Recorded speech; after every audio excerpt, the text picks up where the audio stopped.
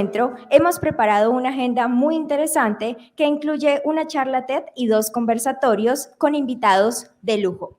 Y para enriquecer la conversación, hemos preparado un hashtag en Twitter. Solo deben escribir #Ecoforo Sostenible y dejarnos todas sus preguntas y las inquietudes que vayan surgiendo durante la conversación. Recuerden, en Twitter, #Ecoforo Sostenible y nos dejan todas sus preguntas e inquietudes. Tengo el gusto de presentarles a nuestro primer invitado, John Londoño. Él es geólogo de la Universidad Nacional de Colombia con un Master's Degree en Geofísica y un PhD en Geodinámica. Ha explorado en cuencas costa afuera en varios países y es asesor del Ministerio de Minas y Energía para asuntos de hidrocarburos y miembro del equipo de transición energética justa. También es profesor catedrático en la Universidad de los Andes en Bogotá y la Universidad Nacional de Colombia. Ha trabajado para compañías como Grand Geophysical, Holcim, Texaco, Edson, Shell E&P y Apache Petroleum Corporation. Su charla TED se titula Transición energética justa, estrategia clave para el desarrollo sostenible de Colombia. Por favor, démosle un fuerte aplauso al doctor John Londoño. Buenos días a todos, muchas gracias. Es para nosotros desde el Ministerio de Minas y Energía muy grato poder venir a estos escenarios abiertos, como le decía el doctor Fernando. Muy bien, entonces voy a empezar diciendo que, en mi opinión, estamos viviendo una época realmente excepcional. En todos nosotros esta época que nos tocó vivir, porque estamos siendo testigos de una revolución industrial, la cuarta revolución industrial, y 2 grandes transiciones. Estamos en la cuarta revolución industrial, que es básicamente la era de la digitalización, que se deriva en la inteligencia artificial, y 2 grandes transiciones. La primera es una transición demográfica que estamos viviendo, que estamos pasando de un mundo donde había muchos nacimientos y muchas muertes, a un mundo donde hay muy pocos nacimientos y muy pocas muertes. ¿Sí? La tasa de fertilidad ha bajado dramáticamente en el mundo. En Colombia, como ustedes saben, es aproximadamente 1.7 hijos por mujer. Y de manera muy impresionante está bajando también en África, que es el continente que más está aportando, digamos, ciudadanos al mundo, ¿sí? Y la otra transición es, por supuesto, la que nos compete o la que nos atañe el día de hoy, que es la transición energética. Y digo yo que estamos viviendo una época excepcional, porque si ustedes llevan a su memoria a la persona que vivía hace 500 años, 1000 años o 1500 años, pues los medios de transporte eran básicamente los mismos. Se transportaban en barcos, se transportaban en caballos, ¿sí? Durante un periodo de 1000 y pico de años, ¿sí? ¿Cuál era su fuente de energía? Básicamente la leña, ¿sí? Era la biomasa para calentarse y para cocinar. ¿Sí? Entonces, la transición que estamos viviendo hoy en día, la transición energética, yo la voy a resumir básicamente en una palabra que es decarbonización. Es una transición de una energía netamente fosilizada a una energía que no usa energía fósil. Y la consecuencia que va a tener el mundo es que va a haber una demanda disminuida de hidrocarburos, especialmente los líquidos, en las próximas décadas. Y eso es algo que vemos hoy en día en todo el mundo. Como ustedes saben, hay más o menos unos 1.500 millones de carros que conforman la flota actual en el mundo. Solamente hoy en día hay unos 22 a 25 millones de carros eléctricos, pero hacia el año 2050 se prevé que la flota pueda aumentar a unos 2.000 o 2.500 millones de carros y cerca del 50% van a ser carros eléctricos. Y con carros a combustión mucho más eficientes, ese consumo va a disminuir.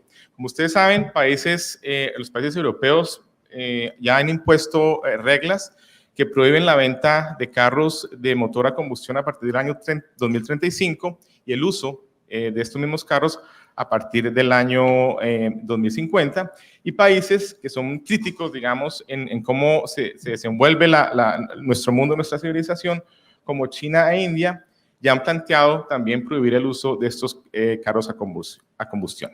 Entonces, la siguiente, por favor. Si vemos cómo va a disminuir la demanda de energéticos, dentro del ministerio hemos tomado varios modelos, pero los que ustedes ven acá básicamente se basan en datos de 3 instituciones. Uno es la Agencia Internacional de Energía, que es la agencia de consultoría de la Unión Europea. La otra es la Energy Information Administration, que es la agencia de consulta del gobierno de los Estados Unidos, y la tercera es el BP Energy Outlook, que es un reporte muy prestigioso que prepara la petrolera BP cada año. Como ustedes ven, no sé si puedan señalar, como ustedes ven, en términos de petróleo, estos son los modelos, hay diferentes escenarios dependiendo de qué tan agresiva sea la decarbonización o no. Entonces, estos son los escenarios que ustedes pueden ver, los resultados de esos modelos, con una disminución de consumo de hidrocarburos mucho más agresiva y aquí menos agresiva, más o menos estos business as usual, ¿sí? El tren que tenemos actualmente, y esto apunta hacia el net zero.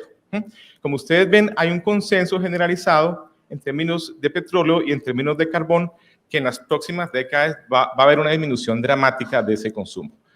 ¿Cuál va a ser o dónde se va a materializar? ¿Cuál va a ser el número de barriles por día que consuma el mundo? Es difícil saberlo hoy en día, pero la incertidumbre está entre más o menos unos 30 millones de barriles a unos 100 millones de barriles en el año 2050. Para el gas hay mucha más divergencia en los modelos que hemos estudiado y se prevé incluso que hacia el año 2050 podría haber un aumento del consumo de gas, aunque algunos modelos, como ustedes pueden ver acá, también marcan un decrecimiento de la demanda de gas a más o menos un 20% de lo que se consume hoy en día. Y definitivamente donde sí se ve una marcada disminución de consumo a nivel global es en el carbón. ¿Sí? Hay un consenso general, todos los modelos nos conducen a una disminución clara de la demanda de este energético. Siguiente. Entonces la pregunta que nos queremos hacer o que nos debemos hacer los colombianos y que yo les pregunto a ustedes es si los hidrocarburos son nuestra principal fuente de exportación, pero la demanda de esos productos va a disminuir en los próximos años, ¿sí? ¿Qué debemos hacer como país? ¿Cómo debemos afrontar este riesgo y este desafío? Y voy a agregar un par de datos. En general, producir petróleo en Colombia es relativamente caro. El promedio más o menos está alrededor de los $40 por barril, ¿sí? Y competir con países especialmente de Oriente Medio va a ser muy difícil, porque el costo de producción por barril en estos países oscila entre unos 10 y 15 dólares. Y eso crea otra disyuntiva para nuestra economía. ¿Cómo competir? ¿Cómo hacer para producir crudo mucho más barato, ¿sí? Para poder competir en un mercado internacional futuro? Y es un desafío claro que tenemos. Entonces, ¿qué es lo que estamos haciendo en el ministerio? Estamos tratando de planear, de proyectar cómo se verá esa transición y obviamente los impactos que esta pueda tener sobre nuestra economía y sobre nuestra sociedad, básicamente.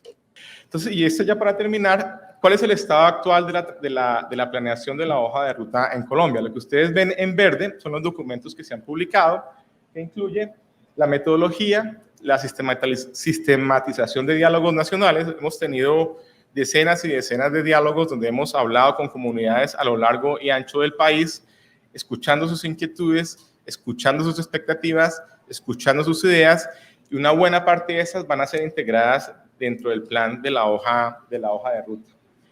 El documento 3 es el que les comenté, que se publicó hace un par de días en la página del ministerio, junto al al documento 4, que es el de escenarios. Yo solo les di básicamente les mostré una gráfica de ese escenario, pero estos documentos, el diagnóstico tiene aproximadamente 300 páginas, el documento de escenarios tiene aproximadamente 200 páginas, y yo los invito a los que estén interesados a leer el detalle de lo que se hizo, ¿sí? A leer el detalle y que lo critiquen y lo comenten, ¿sí?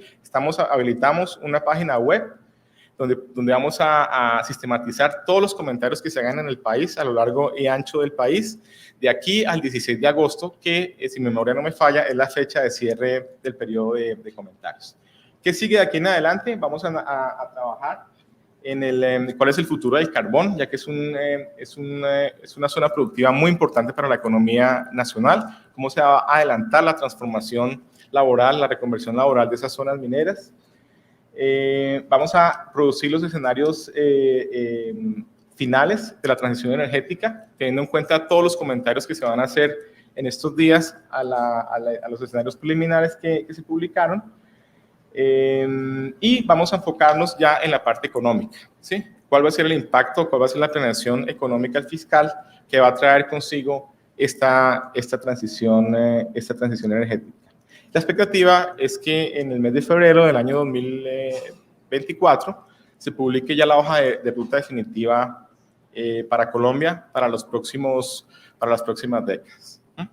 Y este es el código QR, donde lo pueden copiar de aquí directamente.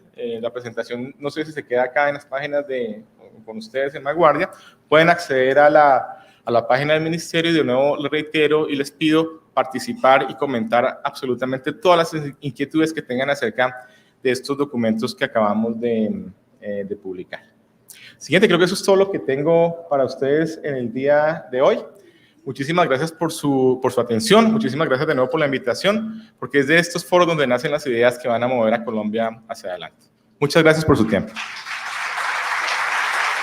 Muy buenos días a todos. Primero, muchas gracias por la asistencia, la gran acogida del evento. Gracias a Vanguardia por la invitación, a la Universidad de Santander y sobre todo de manera especial al señor rector Patricio López y el doctor Fernando Vargas por la confianza depositada para estar a cargo de la coordinación de investigación y desarrollo de tesis del doctorado en energías renovables.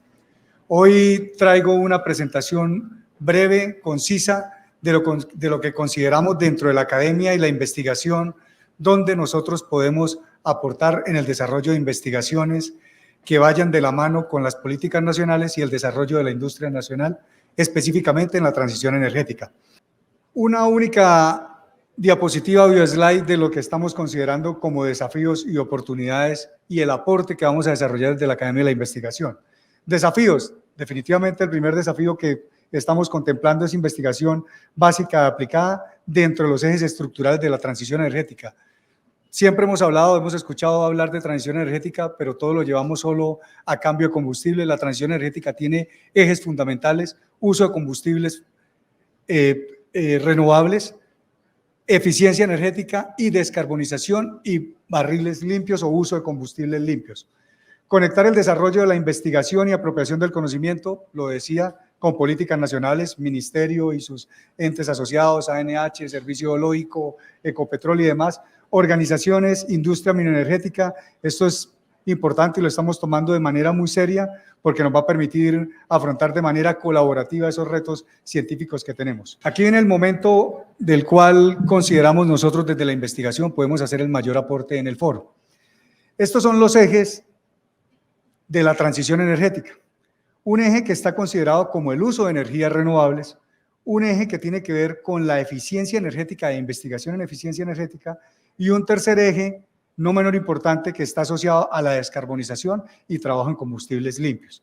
Este primer eje de uso de energías renovables per se es lo que nos une actualmente en el foro, es el potencial que tenemos en energías renovables y hacia dónde vamos a llevar las investigaciones desde la academia. El uso de energías renovables se están contemplando y se tienen investigaciones desarrolladas e iniciadas en potencial de hidrógeno verde, potencial de hidrógeno blanco. Continúan investigaciones en energía eólica, fotovoltaica, investigaciones en biomasa vinculando un sector muy importante de Santander, que es el sector palmicultor, geotermia de alta entalpía, trabajando de la mano con la Agencia Nacional de Hidrocarburos y Ecopetrol.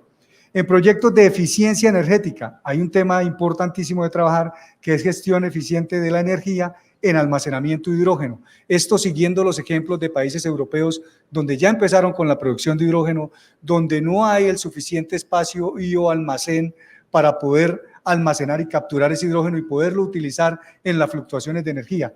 Esto es un tema bien importante, se viene trabajando con compañías de servicios, compañías de software que están trabajando de la mano con compañías europeas y canadienses, nos están proveyendo software para hacer el modelado geológico y la simulación numérica en almacenamiento correcto de hidrógeno y o volúmenes de hidrógeno.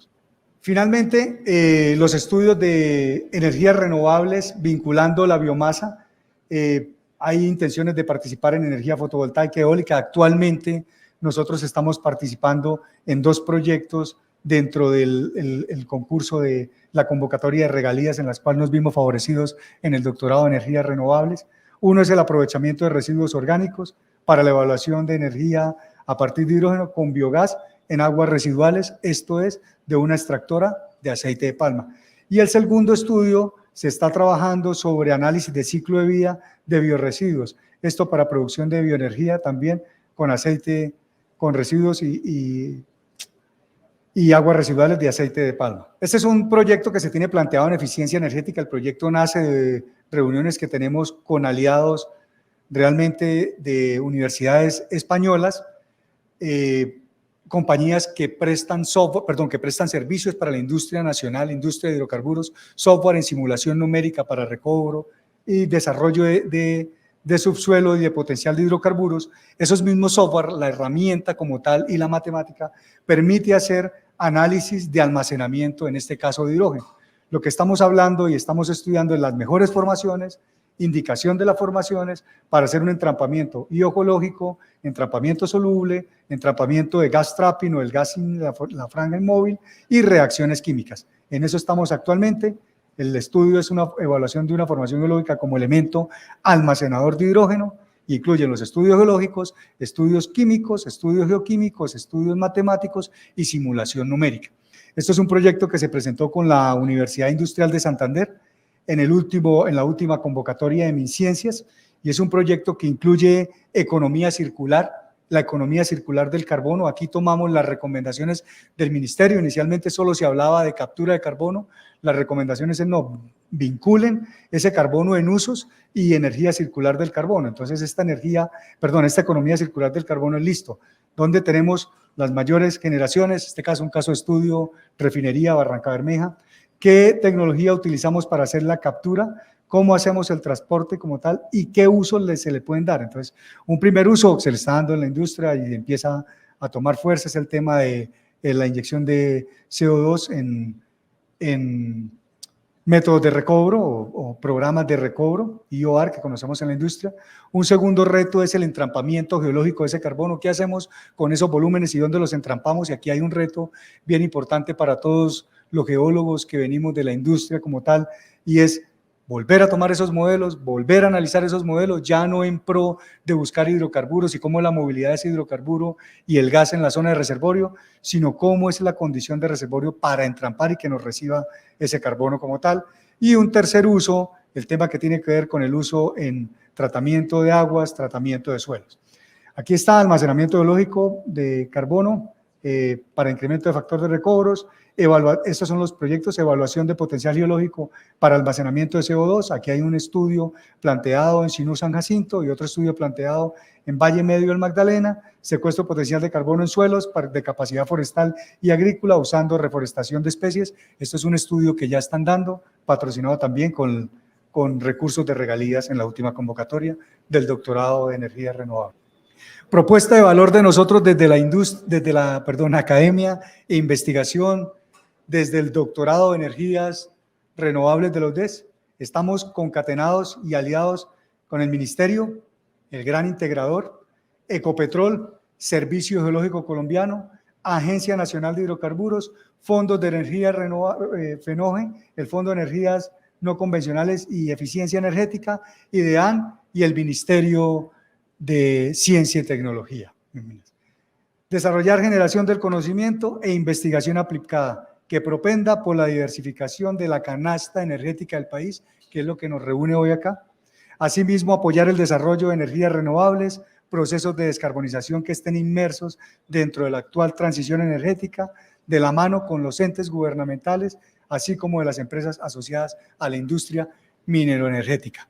Esto era lo que teníamos preparado hoy desde la academia, investigación y desarrollo de tesis dentro del doctorado de energías renovables de la UDES, de los diferentes grupos de investigación, tanto de la UDES como de la UIS. Muchas gracias nuevamente por la invitación y por su presencia en el evento de foro. Gracias. Bueno, muy buenos días a todos. Muchas gracias por estar en este foro Vanguardia con la Universidad de Santander UDES. Doctor Fernando Vargas, un saludo muy especial al rector, doctor Patricio, a todos ustedes, docentes, miembros del sector de la energía, de los hidrocarburos. Yo quería, sin presentar ya nuevamente a mis invitados del panel, pues comenzar con una primera conversación. Yo voy a plantear unas preguntas, pero quiero que esto sea una cosa muy conversada y seguramente tendremos unas preguntas del público que Fernanda nos comentará en un ratico. Entonces, después de estas presentaciones, esta introducción tan importante que nos han hecho, estamos hablando de la transición energética que ha tenido en los últimos meses, diría yo, desde que comenzó el nuevo gobierno, el gobierno nacional en este momento, pues ha tenido una serie de debates, de discusiones, y eso es bueno. Por eso quisimos desde Vanguardia y con apoyo de la universidad, pues ampliar esta conversación. ¿Qué oportunidades hay realmente en Colombia? Porque aquí nos han hablado nuestros expertos de las energías renovables, le hace energía solar, eólica, ¿cierto? La energía, incluso la geotermia. ¿Qué oportunidades hay realmente en Colombia de que esa transición energética se pueda dar con todos esos elementos de los que nos han hablado? Doctor Juan Sebastián. Muy bien, Javier, muchas gracias por el espacio. Un especial saludo para todo el auditorio y reconocer este importante espacio de hoy en el cual podemos establecer estos encuentros desde la academia, la industria y las instituciones. Como gerente de producción de energía de Isagen, al pensar un poco en oportunidades, creo que es importante reconocer que son bastantes. Una empresa como la nuestra hoy en día tiene un portafolio de capacidad instalada 100% energía renovable. Y eso va dando señales de la posibilidad y la importancia que hemos visto en una transición energética en Colombia. Y bienvenida a la energía solar, bienvenida a la energía eólica. Son tecnologías en las cuales ya como empresa tenemos centrales de generación operando. Y no podemos olvidar en la conversación también la hidroelectricidad. O sea, la fuente de energía agua sigue siendo una gran importancia para nuestro país y que finalmente tiene unas grandes ventajas también en lo que estamos trabajando en energía renovable. Por lo cual nuestra experiencia como empresa, al compartirles hoy en día que tenemos 19 centrales de generación operando en diferentes territorios del país, es presentar y confirmar que las oportunidades son bastantes. 3.000 megavatios instalados tenemos actualmente y como empresa hemos tomado la decisión de seguir adelante con el desarrollo y la construcción de otros 1.000 megavatios en los próximos años. Es decir, una experiencia como la nuestra en el corto tiempo va a aumentar el 30% de la capacidad instalada. Y apostándole nuevamente a la energía solar, a la energía eólica y dándole también continuidad a la energía hidroeléctrica como gran fuente de lo que tiene el país. Bienvenidas también otras alternativas, bien nos lo compartía Eduardo ahora en la vigilancia tecnológica que se da con hidrógeno, con biomasa, con geotermia, y en la medida que encontremos oportunidades y que se den beneficios también para un tema de balance, industria, atención de demanda, cumplimiento de compromisos de energía en el país, estaremos. Entonces, desde la visión de la industria privada es confirmar que las oportunidades son bastantes, las cuales celebramos que se esté dando en Colombia una fortaleza importante de transición energética y reconocer que arrancamos de un punto de partida muy importante, diferente a como lo pudo hacer Europa u otros países, donde nuestra posición actual en energía renovable en Colombia es estar 70% de capacidad instalada ya que tenemos vigente, lo cual nos permite tener una posición muy competitiva para poder hacer una transición y ser coherentes con la política de descarbonización que se está planteando a nivel mundial. Javier, gracias por la invitación y gracias a doctor Patricio, a Fernando, a César, por recibirnos aquí en este claustro hoy. Pues lo primero que hay que decir es que no es la primera transición energética. Hemos pasado de la leña, el carbón, al petróleo, a incorporar el gas natural y ahora incorporar las renovables y al futuro seguramente que el hidrógeno de bajas emisiones. Yo coincido en que las oportunidades en el país son grandes, pero pienso que tenemos que dar una visión mucho más holística y mucho más integral para entender mejor cuáles son los impactos de esas oportunidades. Muchas veces miramos las cosas muy sectorialmente o muy disciplinarmente dentro de lo que conozco, dentro de mi profesión. Realmente necesitamos pensar las cosas de manera mucho más amplia y más grande, porque tenemos un potencial muy importante para generar energía eléctrica de diferentes fuentes, como decía Sebastián. Entonces, ¿en dónde está la mejor utilización de esa energía eléctrica? Primero, pues agradecerle a la universidad, a Fernando Vargas, a Patricio, a Vanguardia Liberal por este espacio, a nuestros compañeros de panel, tengo el honor de conocer a John por su exposición excelente, que tocó muchos de los temas con la sinceridad que corresponde para hacer equipo y coadyuvar a tener una política de transición energética de país, de Estado, no de coyuntura. Para Campetrol, que recoge alrededor de 160 compañías del sector de bienes y servicios, que somos los que hacemos posible la ejecución de los proyectos en el territorio, estamos convencidos de que la transición es necesaria y, lógicamente, la transición tiene que ir de la mano de una transición fiscal y productiva. Y nosotros lo vemos iniciando con una diversificación de las fuentes energéticas. Como lo decía Andrés ahora, llevamos varias transiciones. La transición del carbón lleva 100 años y no lo hemos solucionado. Pensábamos que los hidrocarburos y las energías fósiles iban a reemplazarla, y hoy todavía dependemos del carbón. Para el sector de bienes y servicios, el sector de petróleo, gas y energía, estamos convencidos de que la investigación y el desarrollo que se genera en las universidades y en las empresas operadoras y de bienes y servicios que generan riqueza para poder generar igualmente regalías, que entendí muy eficazmente por el profesor Edward, de que muchos de los estudios que se desarrollan hoy en día es producto de las regalías que genera esta industria para poder hacer la transición que tanto requiere el país. Hay un tema bien importante y, bueno, por el tema del foro no lo hemos mencionado, y es qué tanto provecho o hasta cuándo le vamos a sacar provecho a los hidrocarburos que hoy en día tenemos en el subsuelo. Nosotros tenemos hoy en día en el subsuelo un stock, un original oil in place allá, y empezamos a aumentar el factor de recobro para poder sacar la mayor cantidad de barriles. En eso nosotros como santanderianos nos vamos, y así esperamos seguir beneficiando, porque vamos a seguir aumentando el recobro en nuestros reservorios, vamos a seguir utilizando la información del oil and gas para aumentar, obviamente, producción. Ahora bien, como la transición energética consideramos llegó, es un compromiso global y mundial, tenemos que ir cambiando y tenemos que ir migrando. ¿Cuál es el provecho que va a sacar Santander desde mi punto de vista? Lo primero, como bien lo decía el doctor Aristóbulo, nosotros estamos en medio de la industria. El departamento tiene una cantidad de reservorios, el departamento tiene una cantidad de infraestructura, nosotros llamamos la infraestructura de las facilidades de superficie. Cuando empecemos a trabajar realmente en implementar esos pilotos, creería yo de manera muy personal que somos los primeros que nos vamos a ver beneficiados, porque es nuestra infraestructura la que vamos a empezar a utilizar de manera inicial. Yo creo que aquí hay un buen punto, doctor Juan Sebastián, para que hablemos del caso de Hidrosogamoso y de la hidroelectricidad como un caso exitoso aquí también en Santander. Volver a Santander con Hidrosogamoso, pues es nuestro 9º año de operación, y es efectivamente reconocer muchas bondades que la hidroelectricidad ha incorporado para la generación de energía sin reñir con los hidrocarburos y sin ser competencia del desarrollo económico que genera Santander para el país. En ese sentido, pues algunos datos que pueden ser de interés.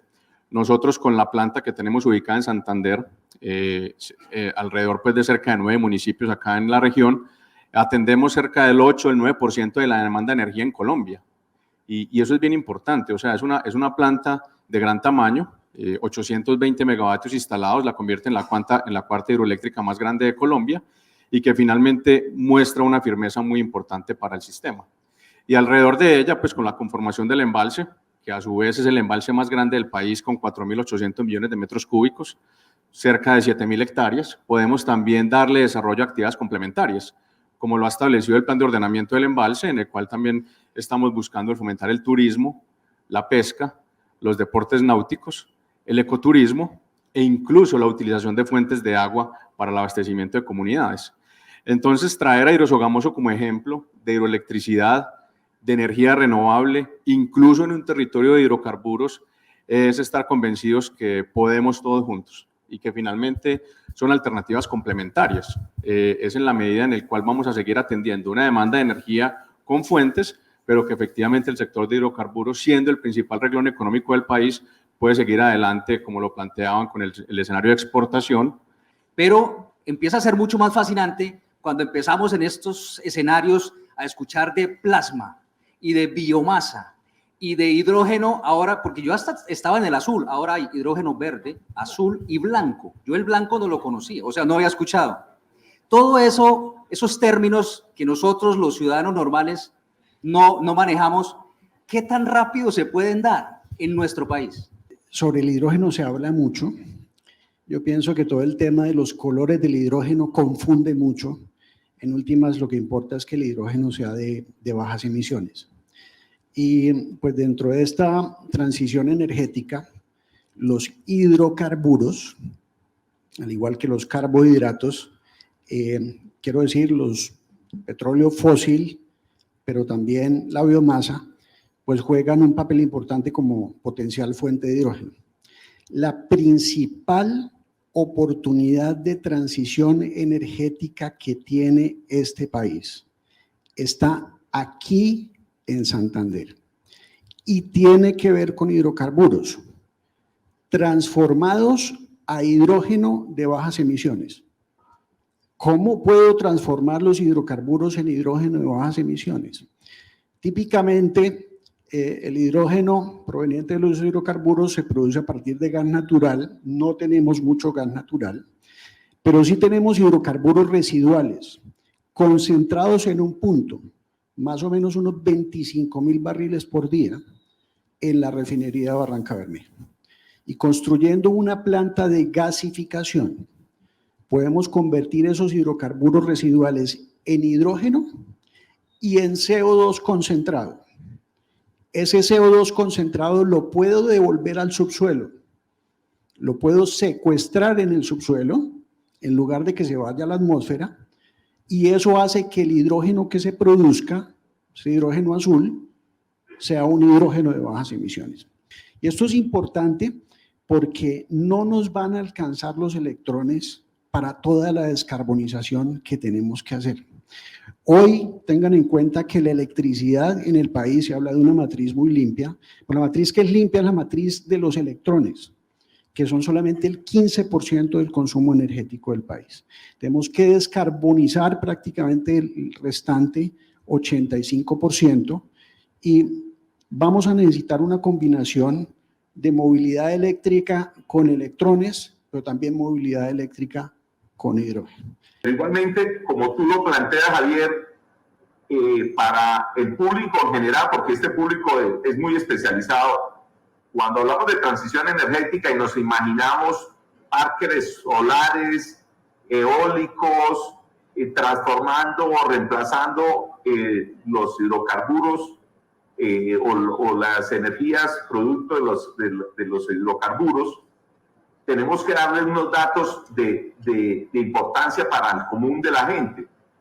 El factor de despacho de una planta solar está entre el 16 y el 20%. O sea, tú montas una planta de 10 megas, porque el sol no está todo el día, escasamente la puedes despachar entre un 18 y un 20%.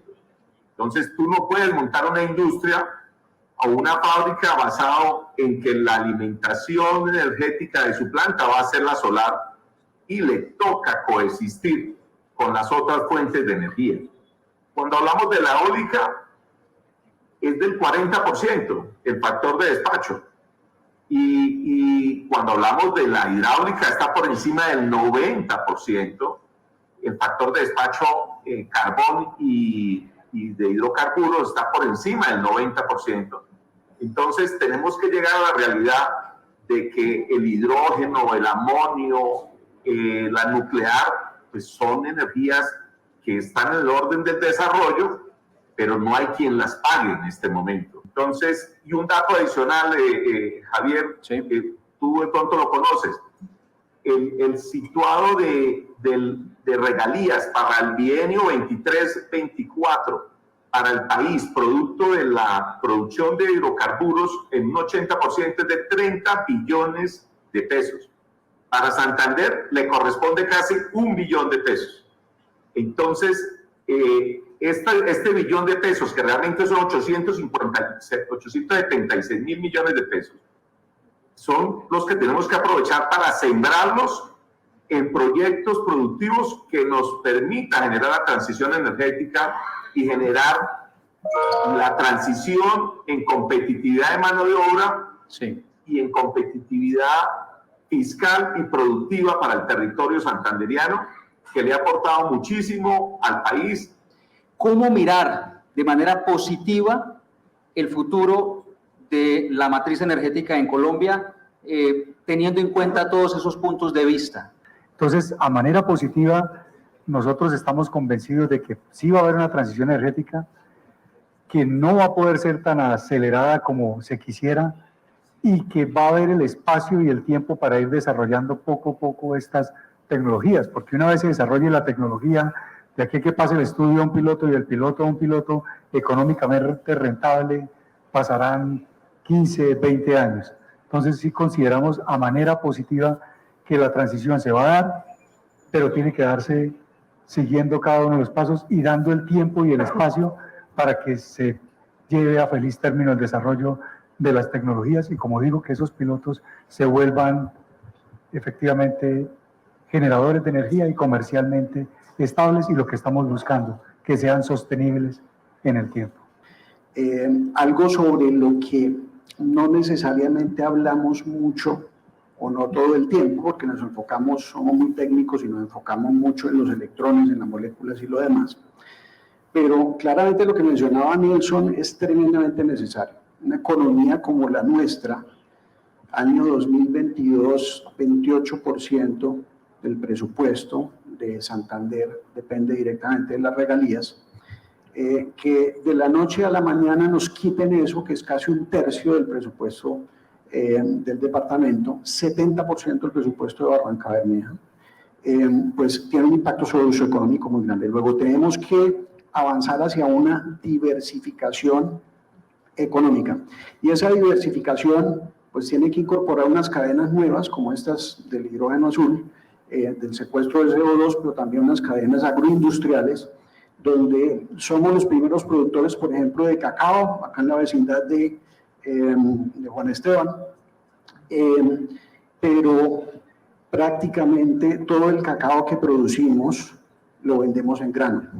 Entonces, tenemos que avanzar hacia la incorporación de la transformación de ese cacao, para dar un ejemplo, de modo tal que generemos una gran industria de los productos semielaborados y elaborados de cacao y le agreguemos valor a esa biomasa que ya estamos produciendo.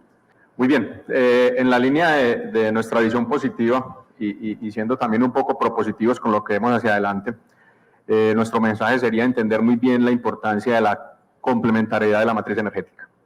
Y digamos que finalmente estamos creciendo en la generación de energía, es porque el país está creciendo en la demanda. Si no, no tendría el sentido hablar de nuevas plantas, hablar de mayor capacidad instalada, hablar de nuevas fuentes de generación. Y es importante partir de ahí porque estamos viendo un crecimiento económico en el país, lo cual es importante.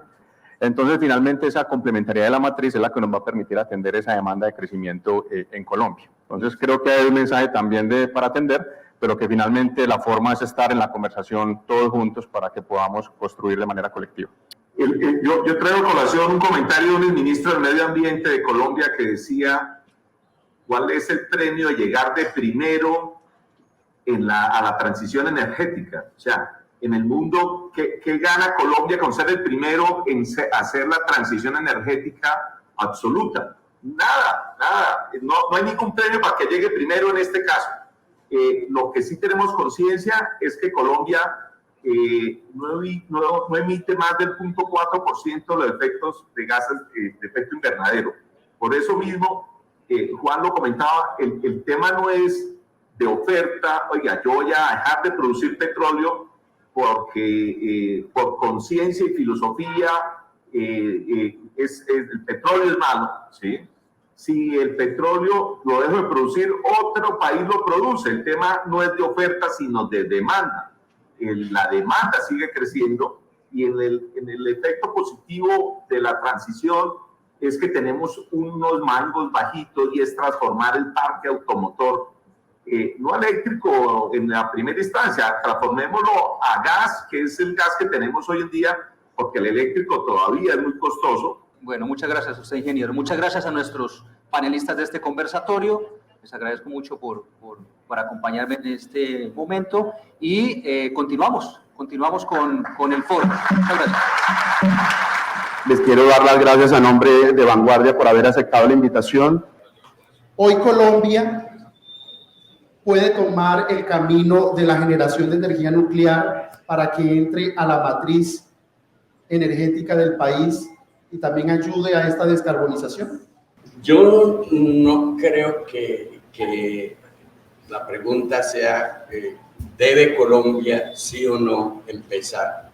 Mira, la verdad, estamos muy tarde. Ya deberíamos tener desde hace tiempo una base fundamental para desarrollar energía nuclear. En primer lugar, en pequeño espacio se producen montonones gigantes de energía estable. Viste que la energía solar es solo cuando hay sol. La energía eólica si hay viento. No, la energía nuclear, por ejemplo, un reactor dura funcionando perfectamente 54 meses y energía grande. Por ejemplo, los reactores donde yo he sido instructor de Nuclear Power Operation, como la planta nuclear de Northern, que he sido profesor por más de 6 años. Esos 2 reactorcitos, cada uno produce 1000 megawatts. O sea, cada reactor produce más que lo que produce hidrogamoso. O sea, es ridículo no tener en Colombia toda energía nuclear. Entonces, realmente hacerla en Colombia no es tan difícil. Necesitamos un grupo y no se hace de la noche a la mañana. Gastamos nomás un año buscando el sitio y luego la construcción de la planta, la formación, porque afortunadamente o desafortunadamente necesita alto nivel académico, necesitamos muchos ingenieros que sepan esa área porque es seria, pero es realmente limpia, abundante y estamos tarde. Debemos hacerlo lo más rápido posible. Y como aglomeran tantas personas, los centros comerciales también se han convertido en puntos neurálgicos para hablar sobre sostenibilidad. En este caso, al Centro Comercial Cacique, a entrar en esta conciencia verde.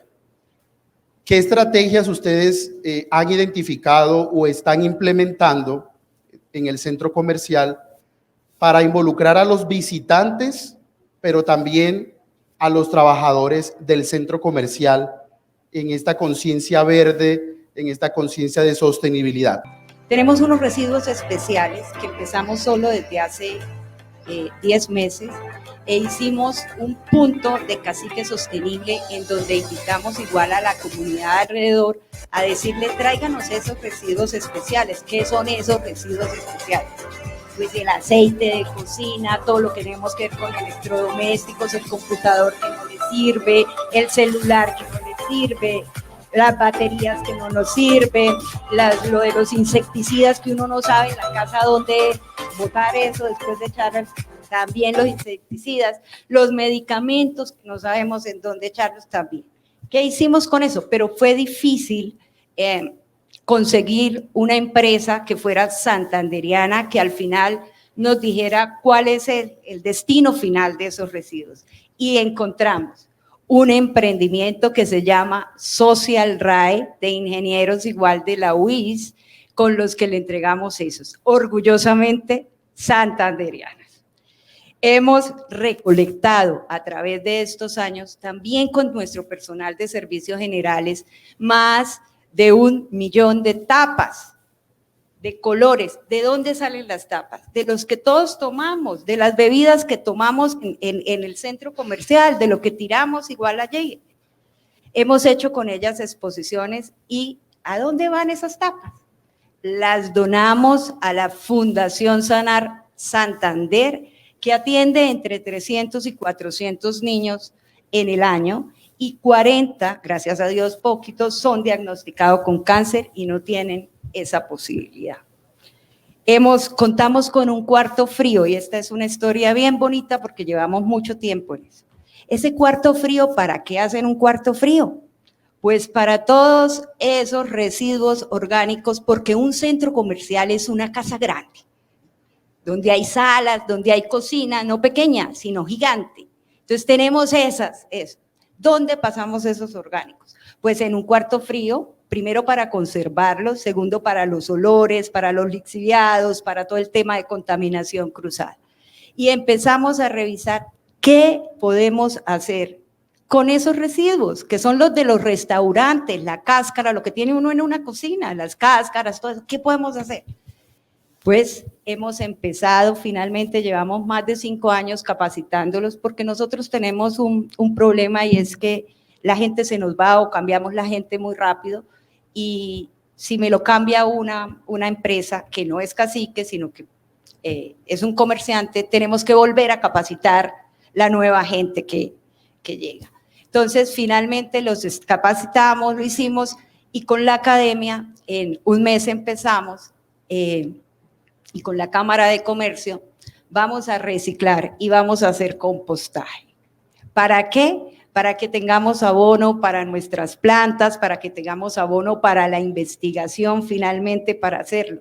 ¿Y por qué en las plantas? Porque Cacique ha adoptado todos los jardines alrededor, que son más de 2.000 metros cuadrados en jardines y más de 819 metros lineales que hemos hecho.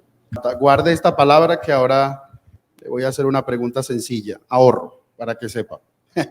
Bueno, María Camila, Green Yellow es una empresa que tiene, pues, en su ADN la eficiencia energética. ¿Cómo están haciendo para que se dé ese uso eficiente de la energía? Bueno, muchas gracias por la pregunta.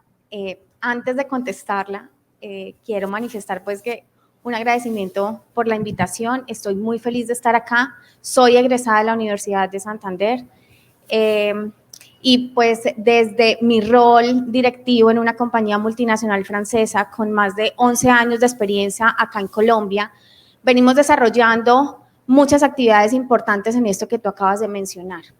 Principalmente, nuestro ADN, como lo manifiesta, no solamente está en el tema de la eficiencia energética, sino está en todo lo que esto comprende, por decirlo así, enfocado en la gestión eficiente de la demanda de la energía.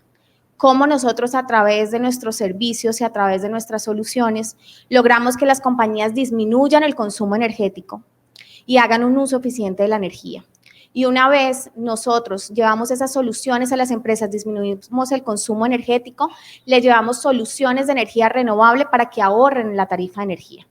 Entonces, nosotros inicialmente pues traemos conocimiento desde Francia en todo lo que tiene que ver con buenas prácticas, lecciones aprendidas, todo lo que corresponde también con tecnología de punta, innovación. Tenemos todo un departamento de innovación en nuestra compañía, de donde han salido muchas soluciones disruptivas que hoy en día implementamos para el servicio de muchos de nuestros aliados, clientes y demás.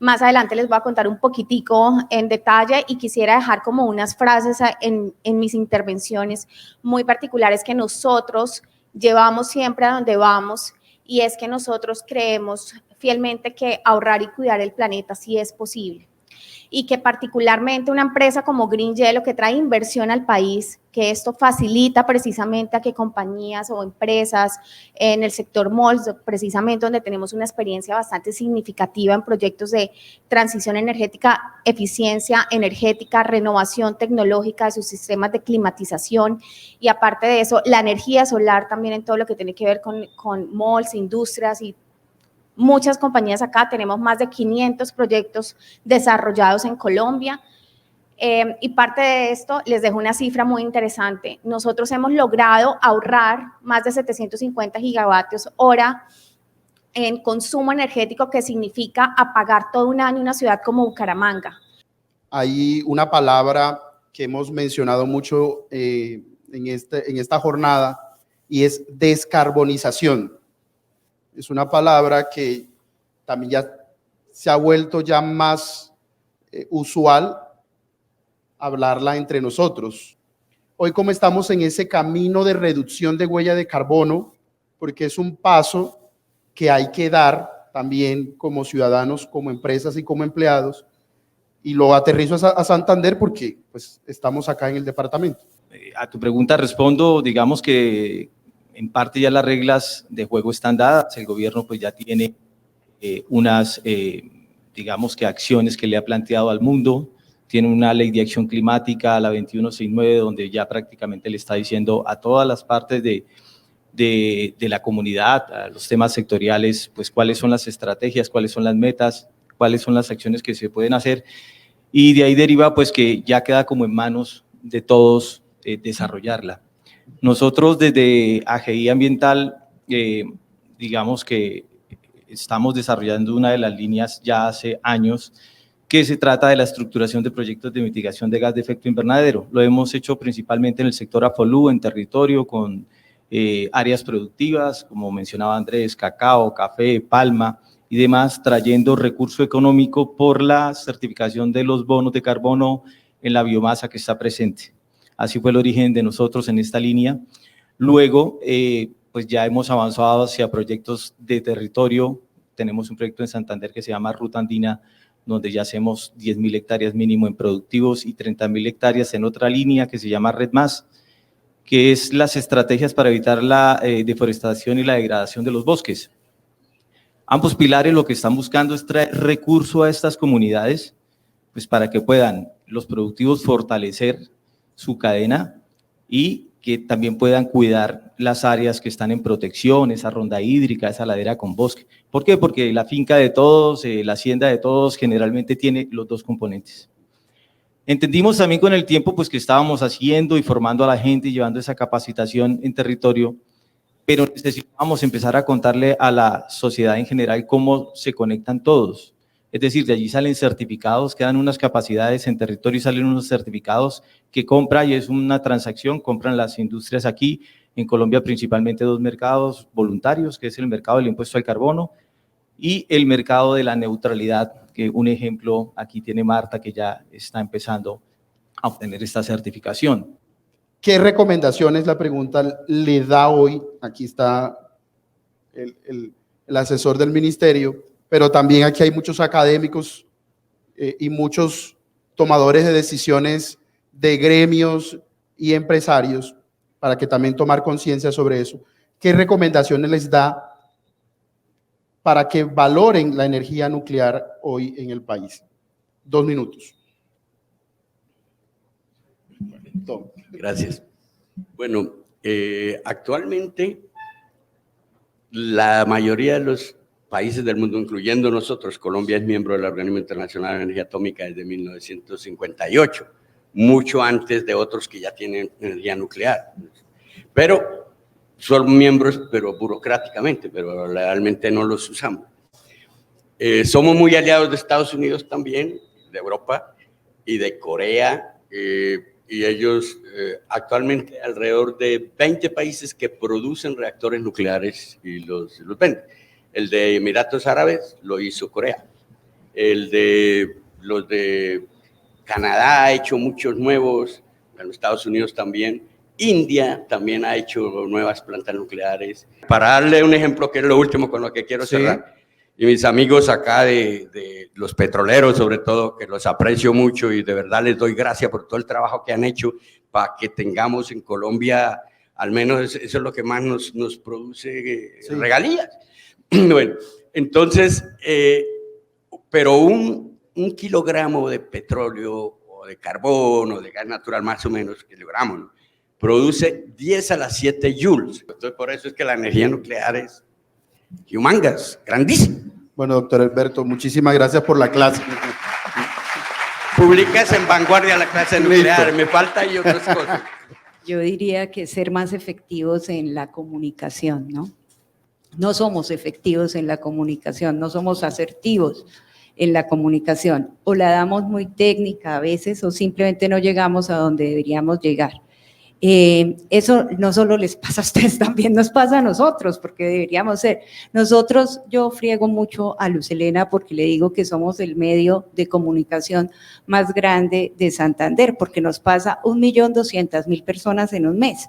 Es decir, que cuántas cosas no podemos comunicar, pero también me parece que el comunicar se da con el ejemplo. Entonces, hemos tratado de dar ejemplo y de invitar a la gente a que done las tapas, a colocarle un sitio en donde vaya diciendo y a concientizarse. Y lo otro, a capacitarnos un poquito más sobre lo que es. Perdón, ¿me podrías poner una cartelera ahí en el cacique donde explique qué es un reactor de fusión y qué es un reactor nuclear? Pero Sí, por eso, supuesto. claro, para que no se queden a hablar, para hacerlo. Me cae. Sigue. Claro. Muchísimas gracias, Sí, doctor. 1.200.000 personas que aprendan esto. Aprendan. Imagínate, más Vanguardia que me lo va a publicar. Bueno, Entonces, sí. Entonces, creería que no somos tan efectivos en esa comunicación y que todos deberíamos traer esa conciencia de llegar y decirle, sí nos puedes ayudar, esto no es de los verdes únicamente, de los ecologistas o de los veganos, y no necesariamente es así, es pasar esa barrera. Marta, muchísimas gracias. María Camila, también en 2 minutos, ustedes desde Green Yellow también han generado soluciones para empresas y también pequeñas empresas, medianas empresas, grandes empresas también. Dentro de esas soluciones, también ustedes que han identificado que sea más efectivo para nosotros los ciudadanos de a pie, que también podamos aplicar en nuestro diario vivir. Una solución de una empresa también se puede aplicar a uno que sale de su casa para el trabajo, o la empresa donde yo trabajo más bien que la aplique y nos la transmita a nosotros como empleados. ¿Qué soluciones ustedes han identificado? Bueno, voy a dar un ejemplo muy simple. Listo. No hay que dejar la nevera abierta. Y es lo mismo que aplica en los supermercados. Nosotros con buenas prácticas, inclusive de las personas que operan los sistemas de refrigeración de alimentos en los supermercados, parte de la capacitación es no hay que dejar la nevera abierta porque se pierde eficiencia de la energía y precisamente se consume más energía de la que se debería consumir. Es un ejemplo súper sencillo. Pero además de eso, para traerles aquí y aprovechando esa pregunta, nosotros hemos implementado muchas soluciones disruptivas. En este orden de ideas, menciono el tema de la sustitución de los refrigerantes contaminantes por refrigerantes naturales. Esto nosotros implementamos renovación tecnológica a las empresas y voy a mencionar algo que indica Marta y es esa concientización de las compañías en que si bien tienen unos sistemas que le están funcionando perfectamente bien, pero tienen un compromiso ambiental importante, ellos aprovechan que empresas como Green Yellow pone toda la inversión y tercerizan su sistema de refrigeración, renovando tecnológicamente sus sistemas y cambiando precisamente refrigeración industrial comercial con CO2 o propano, en vez de refrigerantes como freón, que es lo que tenemos convencionalmente. Eso impacta significativamente todo lo que tiene que ver con la emisión de los gases de efecto invernadero. Sí. Además de esto, por lo menos iba a traer un ejemplo, esto lo hicimos para el Grupo Éxito, en donde nosotros hicimos esta renovación tecnológica de todos sus sistemas de climatización de más de 21 supermercados, por decirlo así, independizamos la frontera de energía eléctrica con la del sistema de climatización y una vez disminuimos el consumo energético con esta renovación tecnológica en más de un 30%, implementamos una planta solar que queda en Planeta Rica, Córdoba, de 9.9 megavatios y generamos la energía para distribuirla a esas 21 fronteras de sistemas de climatización. ¿Qué significa eso? Que ahorramos el 30% para esta empresa del consumo energético y ahorramos un 35% de su tarifa de energía suministrándole a través de energía renovable. Entonces, las soluciones no solamente están enfocadas en lo que una empresa puede hacer en su infraestructura, sino en ir más allá y es cómo nos adaptamos precisamente para poder implementar este tipo de proyectos y que tengan un impacto significativo. Y es que el kilovatio que menos contamina es el que no se consume. Entonces es importante empezar precisamente con esas acciones. Ayer precisamente en un panel en el que tuve la fortuna de participar con el presidente de Bancolombia y del Grupo Prisa, hablábamos de la importancia del sector empresarial en este tipo de desarrollos o de proyectos. Tiene que haber un compromiso y una decisión de las empresas de sumarse a esta transición energética. ¿Qué recomendaciones nos das hoy? Aquí hay también muchas empresas y nosotros también como ciudadanos de a pie, para acelerar también en nuestro día a día esa reducción de carbono o de emisiones. También ese tema de la conciencia, de estas soluciones disruptivas. ¿Cómo lograr eso? Porque es muy fácil, como decíamos, exigirle a un gobierno una política pública, pero ¿cómo hacemos para que en mi casa, en mi oficina, en mi trabajo, nosotros también aportemos? Bueno, perfecto. Digamos que cuando hablamos de mitigación, adaptación, descarbonización de la industria, carbono neutralidad, realmente estamos hablando de lo mismo, todo está interconectado. Entonces, digamos que nosotros, por lo menos, para poner un ejemplo de lo que es el programa en carbono neutralidad, tenemos que generar sostenibilidad económica, social, ambiental, y empezamos trabajando con una comunidad tal vez en California, en Barranca Bermeja, en Cimitarra, en fin, trayendo los beneficios por la venta de los certificados, dejando las capacidades, pero también estamos trabajando con las empresas que traen las tecnologías que existen y que nos han demostrado aquí ampliamente que siguen interesados en desarrollar, ¿cierto? Contamos con ellos para poder reducir esa huella que se va a medir de una forma certera, ¿cierto? Contamos con los organismos que nos certifican que la medición de la huella y que la carbono neutralidad realmente existe. Contamos con, bueno, los certificados son de la capacidad nuestra, pero al final aquí el mensaje es que estamos dejando sostenibilidad para todos los actores de la cadena y que todos nos necesitamos, y por eso yo insisto tanto en ese objetivo 17, que es trabajar para los objetivos, ¿no? Entonces, tenemos que tener esto presente, y por último, tenemos que trabajar todos para llegar a la persona, al que camina y todo esto. Pero él solamente pues va a entender esto cuando a través de los líderes en las empresas y demás, también les ayudamos a obtener este conocimiento. Él lo lleva a su casa, lo comparte con sus hijos, con su familia, y en pequeñas acciones también, digamos, que aporta. Si queremos ser un país neutro al 2050, pues todos tenemos que estar involucrados. Entonces, las recomendaciones es estar inquietos, tener esa iniciativa, capacitarnos, formarnos, el conocimiento está ahí, AGI está a propósito a la mano para quien lo requiera, y pues avanzar todos en el mismo sentido es como la consigna. Bueno, Juan, muchísimas gracias. Gracias a todos los que llegamos hasta el final de esta jornada de reflexión, esta jornada académica. Yo solamente quiero darle las gracias por haber aceptado la invitación, por sumarse a estos espacios, y también que nos quede hoy esa semilla de seguir tomando más conciencia y transmitirla pues a nuestros vecinos, a nuestros empleados, a nuestros amigos, familiares, para que, como decía al principio, la transición energética nos involucre a todos y no simplemente sea de gremios o de gobiernos, sino de todos. Muchísimas gracias.